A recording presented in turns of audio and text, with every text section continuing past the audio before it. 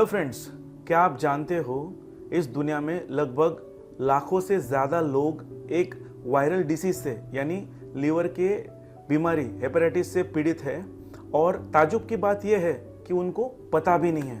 आप ऐसे सोचो कि एक वायरस जो आपके लीवर में सालों से ले रहा है, 5 साल, 10 साल, 15 साल, 20 साल, वो भी बिना किसी तकलीफ के, बिना किसी सिम्टम्स के और छुपके से रह रहा है और आपको बाद में पता चल रहा है, जबकि लीवर आपका खराब हो चुका है, हार्ड हो चुका है, सिरोसिस हो चुका है, कैंसर हो चुका है या फिर फेल हो चुका है, तो आपको कैसा लगेगा?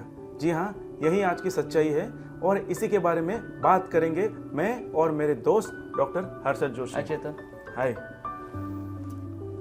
सो चेतन, 28th July is the world hepatitis day. तो मुझे ज़रा बताओ ना कि ये स्पेसिफिकली एक दिन के बारे में हम लोग क्यों सोचते हैं? लीवर तो 24/7 काम करते रहता है, तो ये एक दिन क्यों? Very good question. जैसा कि मैंने बताया हर्षद कि जो ये बीमारी है ये काफ़ी प्रीवैलेंट है और अनफॉर्चुनेटली बहुत से कम लोगों को उसके बारे में जानकारी है। तो इसी के लिए इसके बारे में अवेयरनेस क्रिएट करने के लिए ये डे जो है वो सेलिब्रेट किया जाता है, ताकि इसके बारे में ज़्यादा से ज़्यादा लोगों तक जानकारी पहुंच सके और अपना वो टेस्टिंग कर सके। जैसे कि मैं और एक जानता हूँ कि हेपेटाइटिस डे की हर साल की एक थीम रहती है, ऐसे कुछ ये साल की स्पेसिफिक थीम है? इस साल की जो थीम है वो है लेट्स ब्रेक इट डाउन।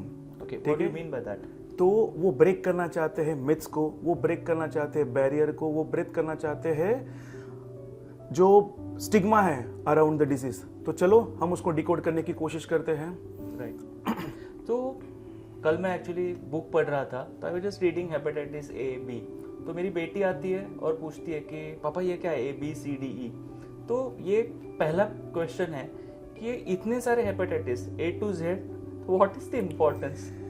ये इससे पहली बात तो घबराने की जरूरत नहीं। सबसे पहले हम बेसिक जानने की कोशिश करते हैं कि हेपेटाइटिस मतलब क्या। तो सादी सिंपल भाषा में हेपेटाइटिस मतलब लीवर की सूजन, इन्फ्लेमेशन, ठीक है। और जो ये ABCD है ये कुछ नहीं है, ये लीवर के वायरस के टाइप्स बता रहे हैं कि किसकी वजह से ये हेपेटाइटिस हो रहा है। तो इसको आसान भाषा में समझने के लिए सिंपली आप उसका मोड ऑफ ट्रांसमिशन, वो कैसे संक्रमित होते हैं, अगर वो पता रखेंगे, समझेंगे, तो इसको याद करने के लिए बहुत ही आसान है। तो फॉर एग्जांपल हेपेटाइटिस A और E जो है ये फूड और वाटर बॉर्न डिजीज है, मतलब ये संक्रमित खाने से या फिर संक्रमित पानी से स्प्रेड होते हैं।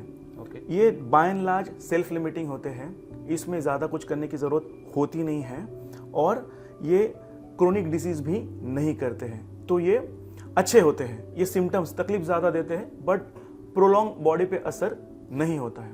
उसके उल्टा जो है वो है हेपेटाइटिस C और हेपेटाइटिस B। ये जो दोनों है ये संक्रमित बॉडी फ्लूइड्स या फिर ब्लड से ट्रांसमिट होते हैं। ओके। और ये एक्यूटली ज़्यादा सिम्टम्स नहीं करते हैं। और ये याद रखे जाते हैं उनके क्रोनिक कोर्स के लिए जो साइलेंटली बॉडी में रहते हैं और इनको साइलेंट किलर भी जाना जाता है।